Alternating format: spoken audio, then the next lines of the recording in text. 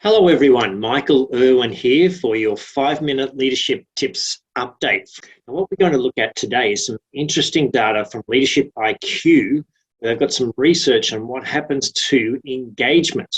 And they've actually found that employee and staff engagement gradually drops off after people start a new organisation or a new role.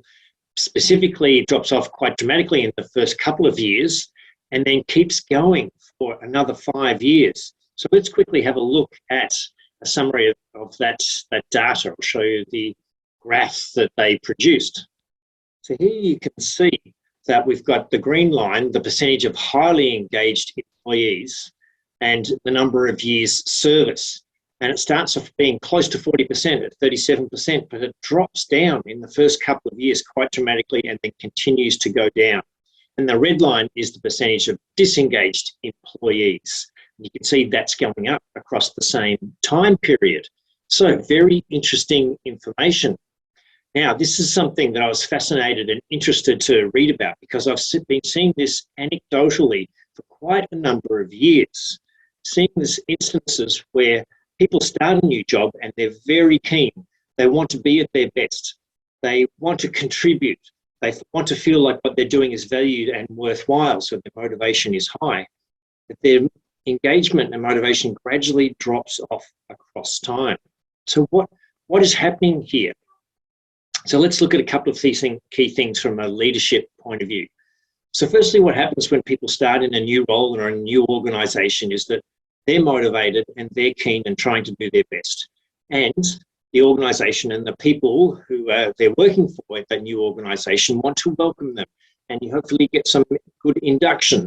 And there's some connection and interest to make them part of the team. And what's happening there is the new employee wants to be able to contribute, to be heard, to be valued, to be able to do a good job, to make a good impression. So we've got our energies high to create engagement. But then my theory is what happens over time and can happen relatively quickly is that the managers and leaders get caught up in all of the other things that are going on in their role and their organisation. So because they're busy, the amount of time that they can spend with people drops off a little bit after they've started. And then your new employee is still trying to create that great impression and to contribute and to give new ideas and to make sure that they're trying to do their best and be at their very best. Then what starts to happen is that they start to notice that perhaps they're not feeling heard, or some of their ideas, they don't know what happens to them, or they're just ignored, or they get told no. And there's a little bit less time with people. And so what happens to the new employee over this period of time is that they just stop making as many suggestions, stop trying to do as many things that they think are going to contribute. And they fall into the pattern of doing what they think is required and what it seems like that the managers and the leaders want. And so the engagement, the opportunity for them to be at their best, to feel engaged, to feel valued, gradually drops off. And that matches with what's happening with that graph that we just saw from Leadership IQ. So that gives us an insight, a hint as to what we should be doing as leaders. Okay, it can't be that we take this high engagement for when people start and then let it drift off. As leaders, we've got to think about how do we keep that high?